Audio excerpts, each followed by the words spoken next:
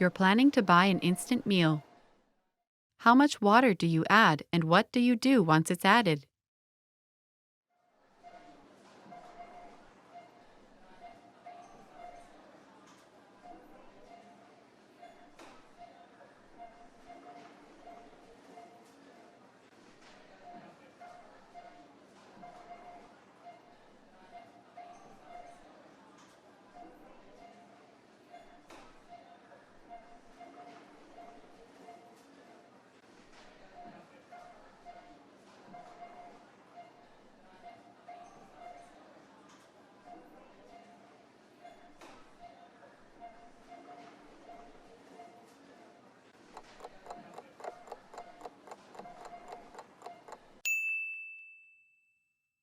How much water do you add and what do you do once it's added?